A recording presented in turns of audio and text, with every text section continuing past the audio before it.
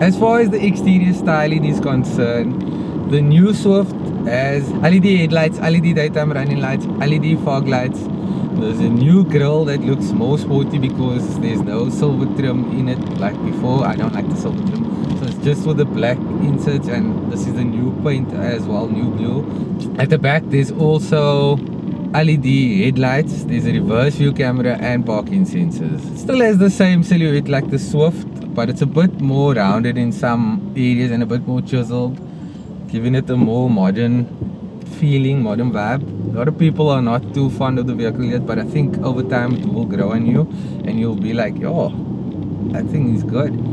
Pricing for the Swift starts at 219,900 Rand for the GL model, and it goes up to 845,900 Rand for the top spec CVT GLX model. Push to start button when I jumped in, keyless entry, very convenient, and I do like that. Steering wheel is multifunctional and it's leather wrapped and it feels very good. There's an automatic climate control which blows the air, very cool. The infotainment screen, it's 8-inch or 9-inch, but it has Apple CarPlay, Android Auto, Bluetooth, and it shows me the range and quite a bit of things on there as well. There's a analog dash cluster with showing you the fuel gauge, the heat of the engine, rev counter, speedometer, and then in the middle there's a TFT display showing you also fuel economy, and you can switch through that by pressing this button over here. Okay, yeah. And then the big change to the Swift is the new engine, which I just love. It is very, very powerful, and well, it's not very powerful for 3-cylinder, it's very powerful. It is a 1.2 liter 3-cylinder naturally aspirated petrol engine with dual VVT. So dual VVT is variable valve timing, dual variable valve timing on both cams. So there's two cams, twin cam, and it can change the cam lobe on this cam lobe, so it changes the profile of the cam, letting more air in at sometimes or less air in at sometimes, and then on the exhaust side as well, letting air out. It's able to change like the chamber, basically the way it reacts and how much air it pushes out and pulls in with the dual VVT. So that's very sporty. This technology was derived from like sports engines, so this technology in here is quite advanced and you can feel it when you're driving. Power delivery is very good. It's just there, it's efficient, it's giving you power when you want it. The engine sounds lively, and so is the power delivery. Gauge changing is nice. It's mated to a 5-speed manual. In the derivative we're testing, the clutch is smooth, gauge changing is smooth, just like a typical Suzuki. So if you guys don't know by now, Suzuki has an alliance with Toyota, so they share vehicles basically, like the Celerio and the matching vehicle, I'm not sure what the name is, the Vitz. Then there's the Franks and the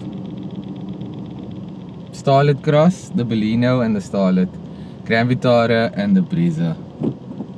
Yeah, so this engine is good, very good. You'll probably see it in some of these new Toyota alliances with Suzuki.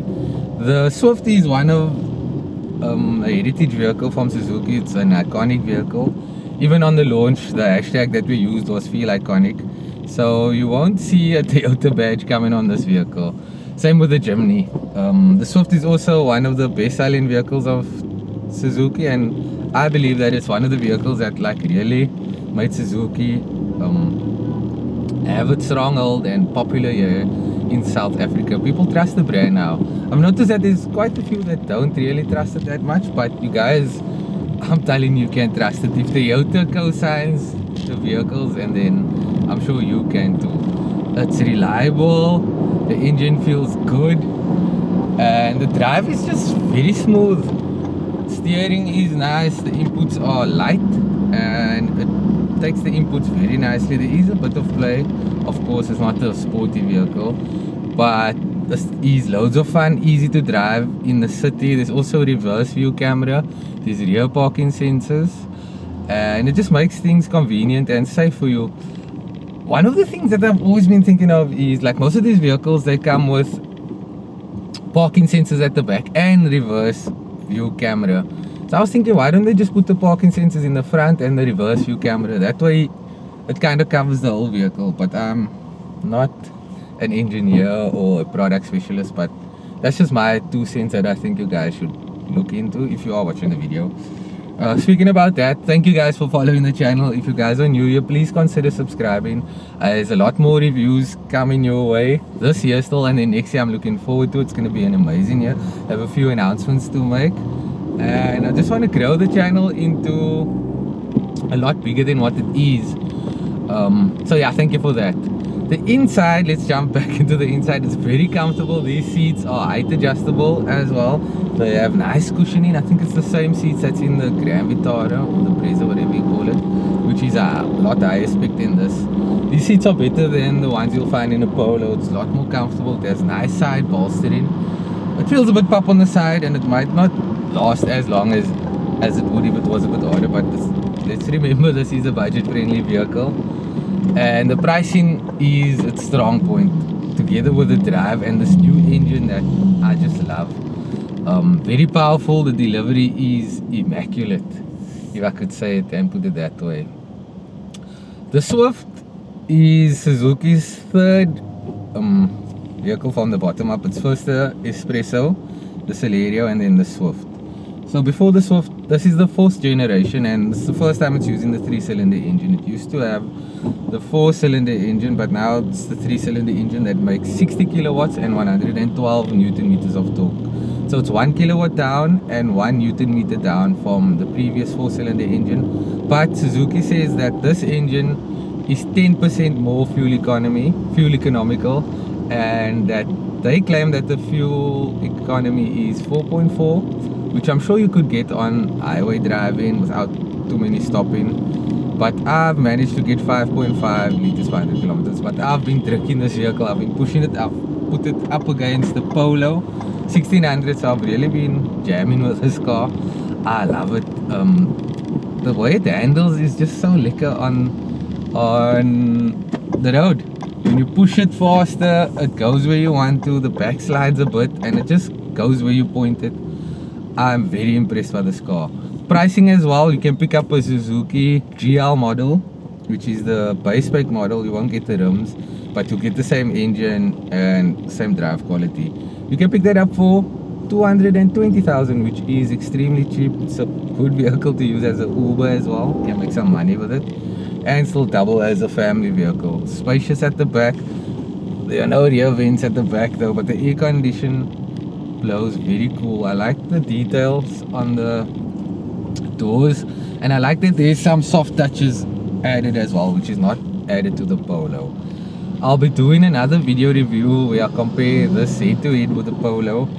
This feels a lot more like powerful. The engine just gives when it wants to give, and it's the power band is liquor.